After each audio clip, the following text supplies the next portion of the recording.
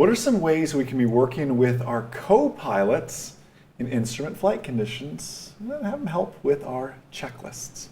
Hey everyone, Jason Shepard here, MzeroA.com. You're listening to the Instrument Pilot Podcast brought to you by our #1 rated online ground school, of which, Magda, they can go take a free trial of it right now, MzeroATrial.com. See that brand spanking new Instrument Pilot course, Instrument Pilot Bootcamp, new learning management system, and everything else. And as I alluded to, I'm joined by my lovely lady, Magda, today. Sweetheart. Hi, MzeroA Nation. We are so excited to be sharing with you in this Flying with Family and Friends series, whether you are watching this on YouTube and Facebook, or maybe you're listening to this on Apple Podcasts. This is now also available on Audible as well. Thanks, Tom, who edits the podcast portion of this, for getting that all set up. So more listens there as well. If you're listening on Audible, be sure to give us an honest review. We're not one of those who can say, give us 5 stars. Just give us an honest review of what you actually think. You have a lot of episodes to catch up on before you go giving us reviews, though. Yes.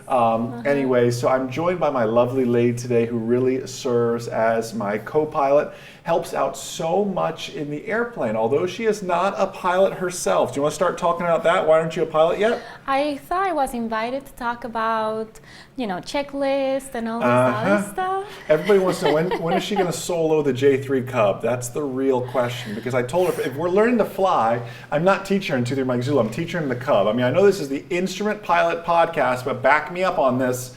Soloing in a Cub, that's like pretty cool. You fly me all over the place with this beautiful panel of 2-3 Mike Zulu with Cub, all the you need the Cub. Less to look at, I say less to screw up, but it's still the most humbling airplane I fly. There's no doubt about that. It's you know me, I don't fly it much because it's got to be absolutely perfect. But we're here to talk about instrument flying, not 500 feet in the J3 Cub flying. Yes. Let's share a little bit about how we work together. Maybe you saw this video that posted on Tuesday of checklist usage. If you did, let's give you just a quick refresher of everything. So what we're sharing with is we're really trying to adopt CRM, Crew Resource Management, in the cockpit, even with our non-flying, meaning non-certificated co-pilots. Yes. And someone could do this even with someone who's just a private pilot. Absolutely. The goal is to enjoy aviation together. Enjoy aviation together, and I would just add to that, enjoy aviation together safely being the main thing. Co-pilots, Magda will be the first to tell you, this will take work on your part. It is not as simple, Magda, tell them, as hopping in there, this is my checklist, and reading a checklist to them. You have a lot of experience in aviation, just from us. I mean, let me step back. You came with no aviation experience. Absolutely, You've gained a lot.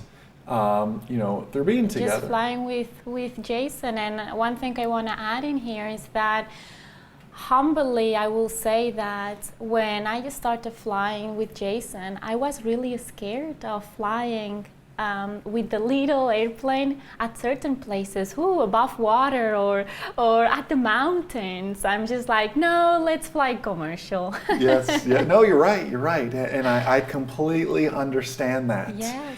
But we work up to working on things like checklist usage, and that proves so important. Why don't you start with the before start checklist, and we can even go back to ground operations like we spoke about, how you're helping, how you're working through these things to then take us to the before start checklist.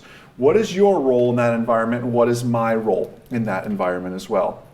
Yes, so I would like to start by saying that the more I learned on the ground with Jason, the safer I felt, and the more I enjoy helping. And I know where and how I can be an asset in the cockpit for you.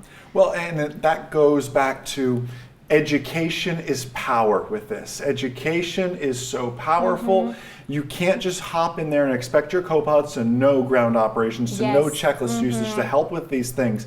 This has gone from Magda learning a little bit through osmosis by seeing it happen, and a little bit of instruction as well through that. Absolutely. It wasn't, here's a checklist and good luck. It's, let's go through these things. And then, by the way, what am I doing on this checklist and why am I doing these things? That proves so beneficial when we dive into something like the run-up checklist as well. And I love that you help with the run-up checklist because it allows me to really focus my mind on what is the task at hand. What am I really doing here? Rather than, okay, magnetos, check. Okay, I check, I'm checking, look at my draw. And there's so many head movements. IFR pilots, you know, we want to minimize head movements in the clouds, but even down the cockpit, on the ground, let's get into that habit of practicing utilizing all available assets in the cockpit, and your co-pilot can serve as an asset to you to really help out. Let's take it a step further.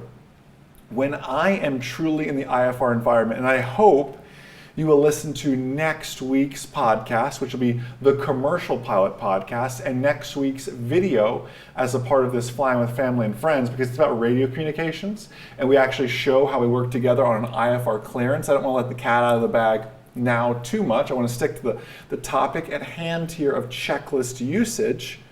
But I hope you'll watch that for radio communications, because in the IFR environment, maybe the Commercial Pilot Podcast, but it's going to benefit you so greatly and work to serve you. But my point is, in the IFR environment, any task, as menial and tiny as it may seem, that I can offload onto somebody, a before landing checklist, anything like that can help me exponentially during these crucial phases of flight, like in the instrument pilot environment, final approach fix inbound, all of these sort of things can really work to help. I'm getting ahead of myself. Let's go back to the ground though.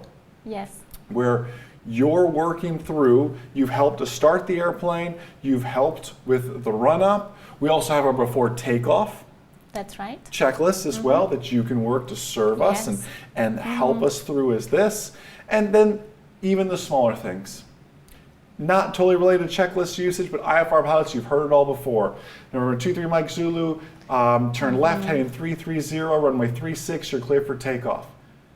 Magda knows how to grab the heading bug and turn to 330. She knows how, when they say climb, maintain 2,000, expect 1,010 minutes, or expect 10,010 minutes after departure.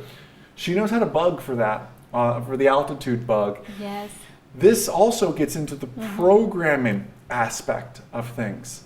Something I do, I always sit in the right seat. It is so helpful to have somebody who sits in the left seat like Magda to help with the mag check, help with the things that are a little bit over there. I can certainly reach them, right? But helping with those basic things and helping with the checklist usage can prove truly so beneficial. And I love it too, because it makes me feel like I'm a pilot, right? Right, you are a pilot. You are a pilot. If you'd only solo that J3 Cup, I think that would work to serve us that much more. But MzeroA Nation, we have so much more to share about this. Please make sure you listen to the Commercial Pilot Podcast. Will come out next Thursday, right? We're in the month of, what month will this be? June, the month of June. This will be coming out. By now, you know about some of the amazing contests we have out there now as well. A chance to win a flight with myself. Head over to flywithjason.com to learn more about those contest details as well. How you can win an instrument lesson with myself. We're very excited to be unveiling all of that at Oshkosh as well. If you're planning on making it to Oshkosh, I hope you will join us there.